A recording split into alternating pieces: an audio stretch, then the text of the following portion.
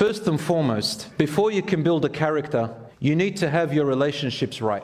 And the first relationship we need to have is the relationship with Allah subhanahu wa ta'ala. If that is not there, you have no foundation.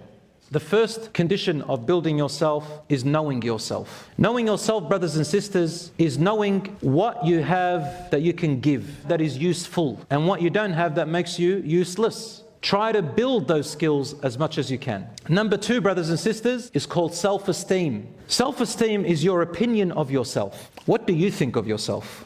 Don't amplify yourself by reducing others, and don't reduce yourself by amplifying others. Be balanced.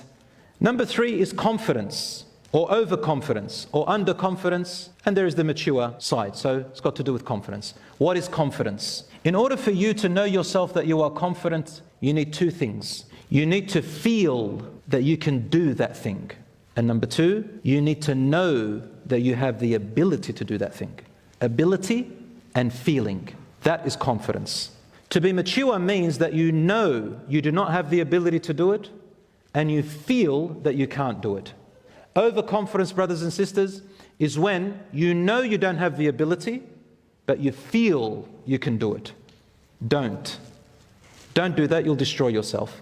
And the last one is called underconfidence. Underconfidence is when you know you have the ability, and when it comes the time to implement it, you don't feel you have the ability. And this is what Rasul ﷺ said, فَلَا تَعْجَزْ. Rely on Allah and go forward, be brave as much as you can. We move on to the fourth one. Now this is something that I see a lot of people neglect.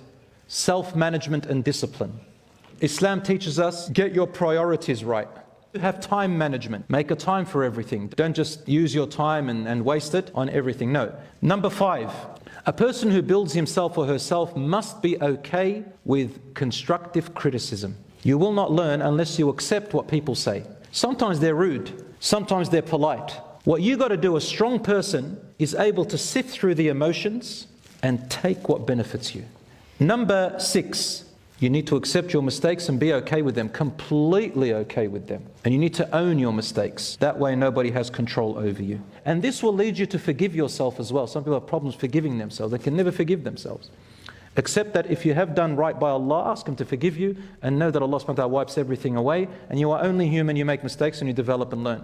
Number seven, very important, brothers and sisters. A strong person to build themselves, take this advice. Very simple, yet very hard to implement. A person to improve their Islam is to leave that which does not concern them. Don't go into areas that are not your business.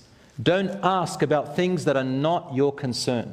Don't pry into things that don't concern you. Anything in life. Number eight, avoid as much as you can jealousy, envy, and competing with others for the wrong reason. Competition is good, but not for the wrong reasons. Jealousy, envy, and competing with others for the wrong reason will destroy you, my brothers and sisters. It will destroy you. Number nine, your diet, your exercise, and your sleep. Three things. All of these are in the Sunnah. Your diet can make a difference in your energy levels, your esteem, how you feel, your moods, and your health. Your exercise. Rasul ﷺ used to exercise every day. And the way we sleep, monitor your sleep. Some people, they stay up all night and then they sleep late. Even if you get your 10 hours, it's not enough. You need to sleep early. Moving to the last one, sticking to your rights and your boundaries. How do you know you have a healthy, strong personality? It's when you know your rights, you know other people's rights, you know your boundaries, and you let people know your boundaries, and you know other people's boundaries, and you don't transgress the boundaries. So brothers and sisters, this is a strong person, inshaAllah ta'ala.